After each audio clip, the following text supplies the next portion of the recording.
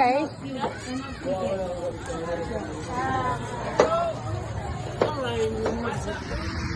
Andrea here from Andrew Womack Ministries in the Philippines. We've been doing some filming with the lovely, the beautiful, the wonderful Miss Esther Broncodier. I thought you were going to say with the lovely Nigel! And her incredible assistant Nigel. Today we are leaving the hotel in Tondo. We're going to make our way to Tondo and we're going to do some home visits there in the slums of Manila with Nigel and Miss Andrea and everybody else. Bye!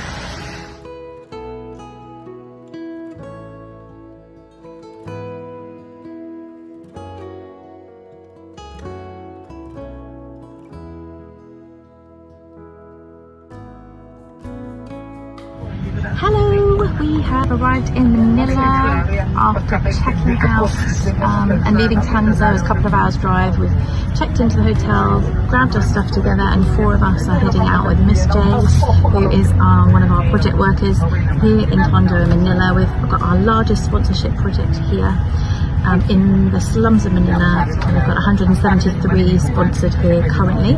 We're going to go house to house to see some of the children, but we're also going to see the site of the last 2 devastating fires here, for which we thank you so much for your donations, that you're helping to sort of rebuild homes. And Miss Jade here is going to be taking us to see how that building work is coming on.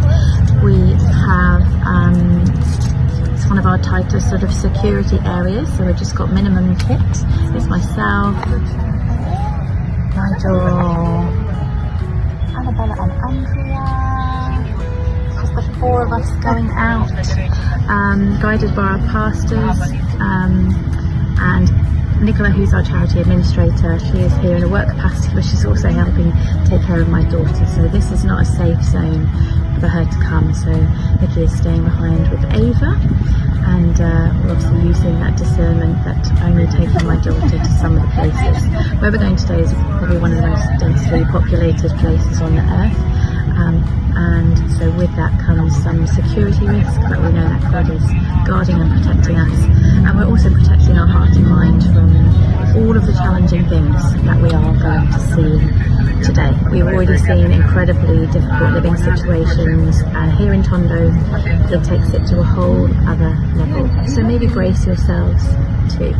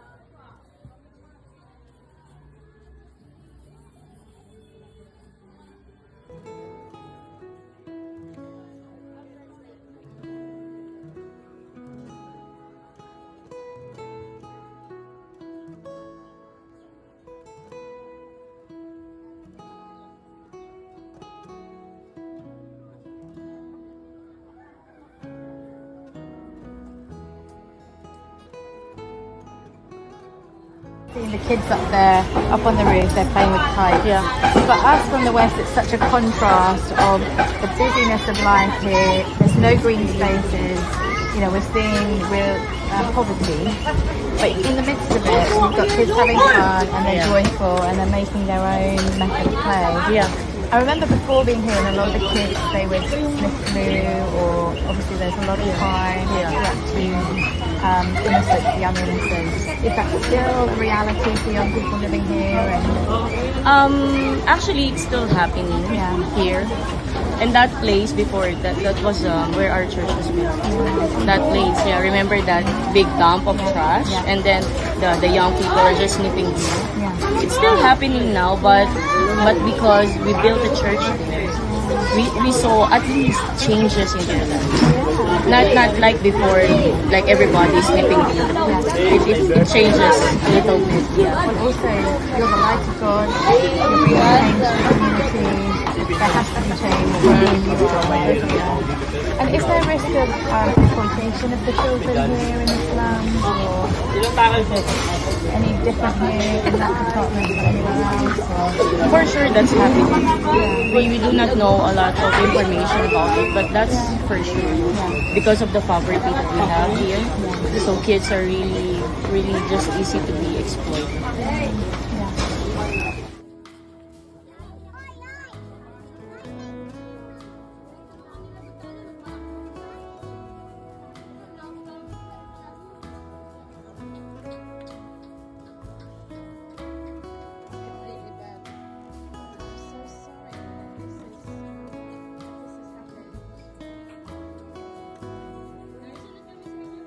Okay. Hello, my name is Brianna and I'm 14 years old. Thank you for my sponsor to provide the build my house. So,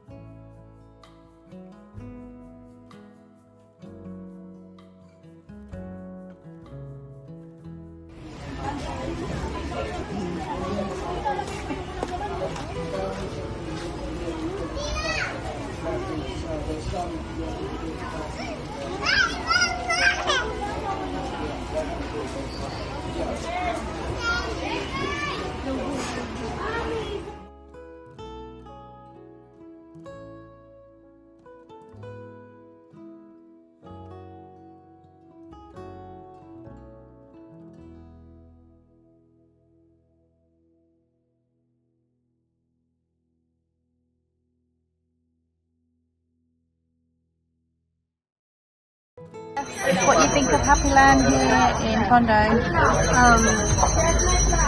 It's surreal.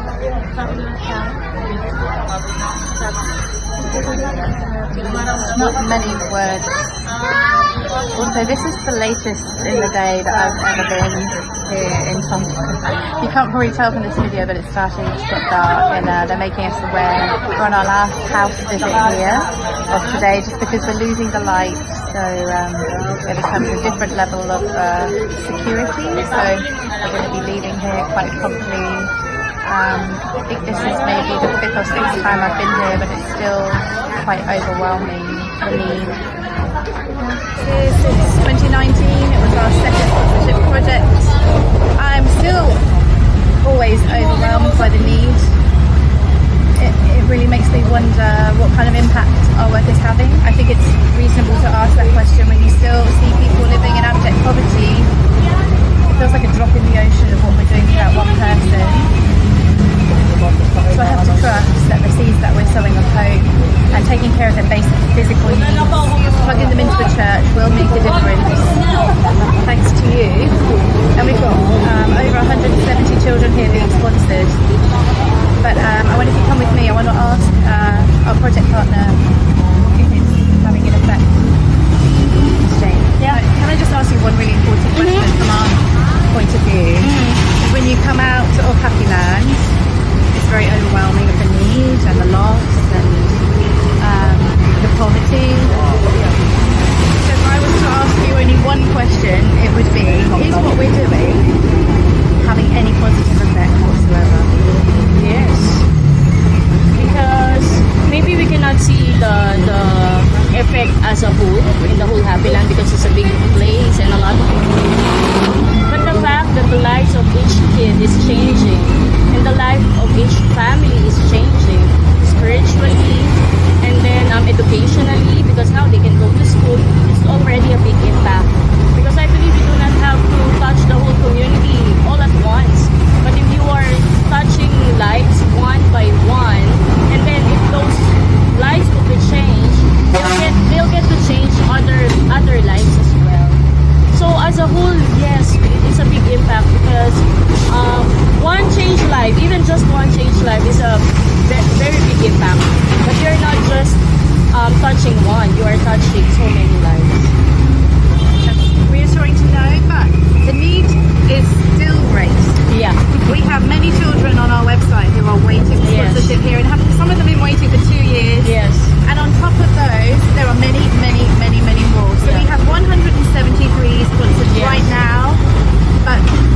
thank you, sponsors, for those helping those children. Yeah. But we need more people like you to really make a bigger impact.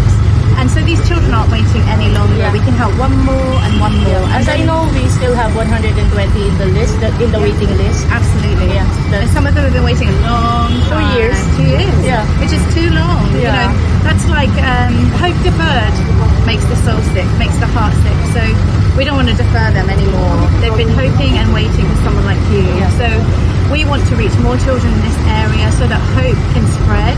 This area will be changed, but when we walk through there, we believe that we're bringing the light of God to that place, that where we tread is holy ground, and you're claiming back that area from the enemy. Yeah. And there'll be a place of restoration, a place of healing, a place of hope. Good evening, everyone. We are now in Tondo, Manila. We arrived this afternoon and we went straight to visit some of our children in the slums of Tondo. It's one of the most densely populated areas in the world, and it's just so sad to see the conditions in which the children live.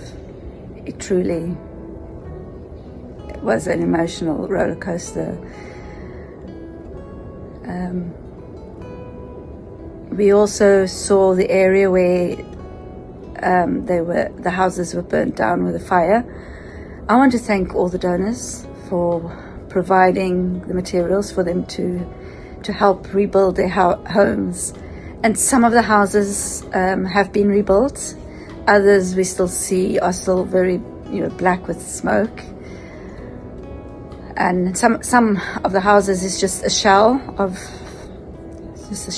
and the children are still sleeping on cardboard on the floor. It's just so sad. But I want to thank you that you have helped to already help give them the materials for a home, because many of them lost everything. They just simply grabbed the important papers they had at home and fled, and only had the clothes that they were wearing. So thank you. Like I said, it's been an emotional day for all of us, and so we've just had something to eat, and I think it's going to be an early night for all of us. It's my first time here, and I find it difficult to really have the words to express what I saw and what I smelled, what you heard, the sounds you hear, because it's all very sad, very unhygienic, very desperate conditions, and yet these children are happy. They come to us with wanting to high five us. What is your name? Maybe the only sentence they know in English. But they are just full of smiles and just running around joyful and playing with each other. We truly can be grateful for what we have. Thank you for what you do to bring hope to these children. We love you. Good night.